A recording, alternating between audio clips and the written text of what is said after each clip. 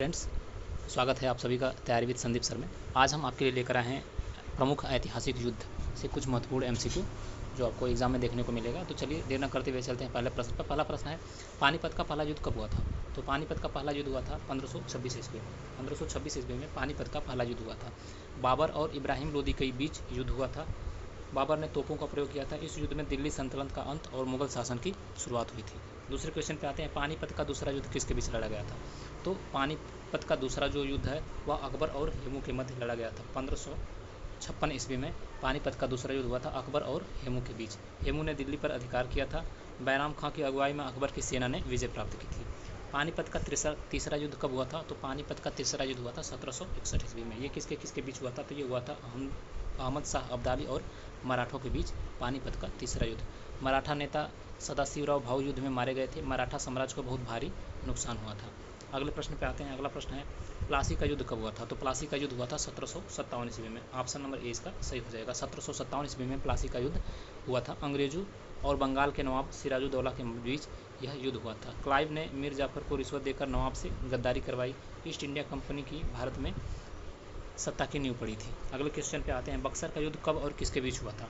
तो बताना है बक्सर का युद्ध कब और किसके बीच हुआ था। तो बक्सर का युद्ध हुआ था 1764 ईस्वी में।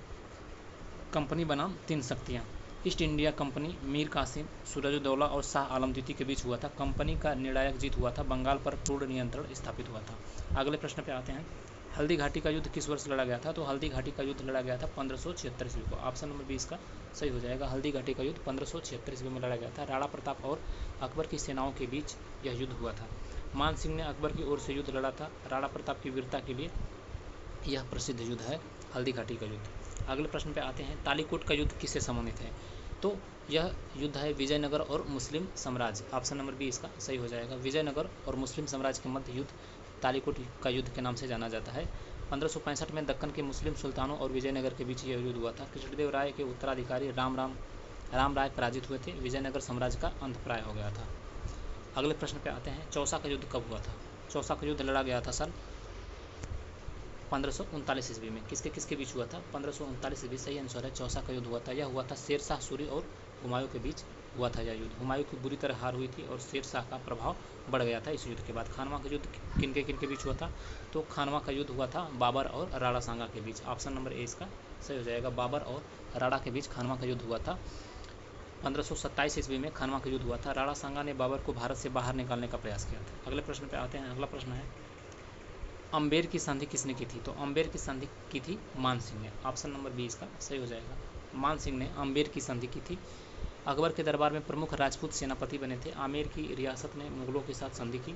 यह राजपूत मुगल संबंधों की शुरुआत थी। अगले प्रश्न पे आते हैं, पानीपत की तीसरी लड़ाई में कौन मराठा सेनापति था?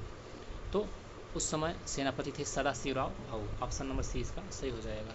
पानीपत के तीसरा युद्ध जो है उसमें सदाशिवराव भाऊ जो है वह मराठा सेनापति थे। अगले प्रश्न पे आते हैं, 13वीं सदी में तराइन का दूसरा युद्ध किसने जीत लिया?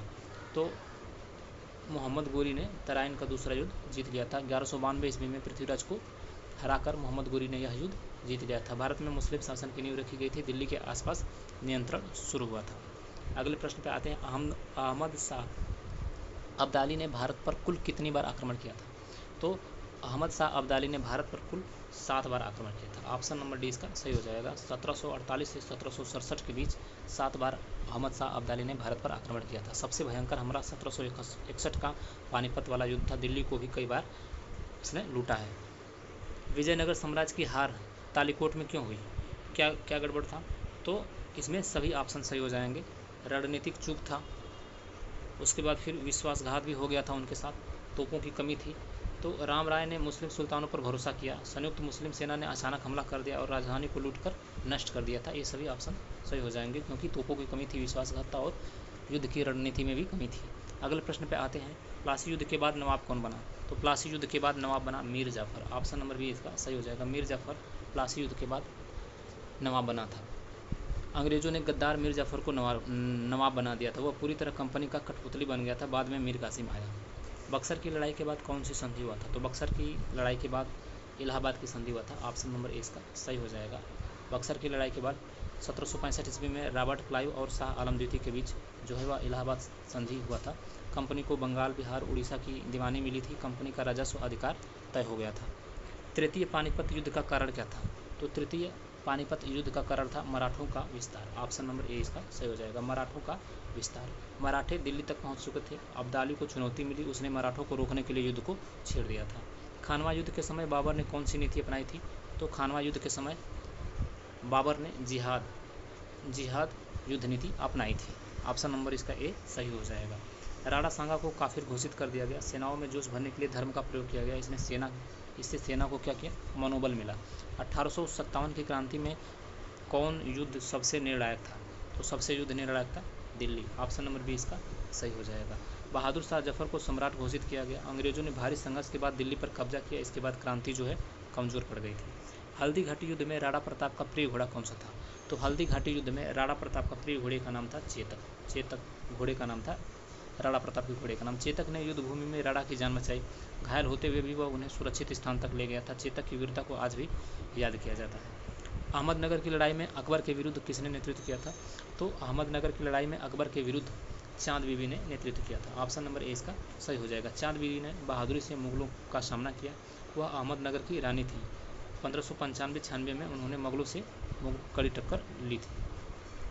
खानवा के युद्ध में किस राजपूत शासक ने बाबर का विरोध किया था? तो राणा सांगा ने बाबर का विरोध किया था। ऑप्शन नंबर बी इसका सही हो जाएगा। राणा सांगा मेवाड़ के शक्तिशाली शासक थे। बाबर के खिलाफ उन्होंने राजपूतों का संघ बनाया। युद्ध में बाबर विजयी रहा था हालांकि। अगले प्रश्न पे आते हैं। अगला प्रश्न है 1191 ईस्वी में तराइन का प्रथम युद्ध किसके बीच लड़ा गया था? तो 1191 ईस्वी में तराइन का प्रथम युद्ध जो है पृथ्वीराज चौहान और मोहम्मद गोरी के मध्य लड़ा गया था। ऑप्शन नंबर ए इसका सही हो जाएगा। पृथ्वीराज ने इस युद्ध में गोरी को हरा दिया था। यह युद्ध तराइन थानेसर में हुआ था। इसके बाद गोरी ने बदला लेने की ठान ली थी। शेर शाह ने हुमायूं को किस युद्ध में हराया था? तो शेर शाह सूरी ने हुमायूं को कन्नौज और चौसा दोनों युद्ध में हरा दिया था। चौसा जब युद्ध हुआ था 1539 ईस्वी में तो पहली बार हुमायूं को हराया। उसके बाद कन्नौज में 1540 ईस्वी में निर्णायक हार मिली थी हुमायूं को। तो शेर शाह ने कन्नौज और चौसा के युद्ध में हुमायूं को हरा दिया था। उसके बाद फिर शेर शाह दिल्ली का शासक बन गया।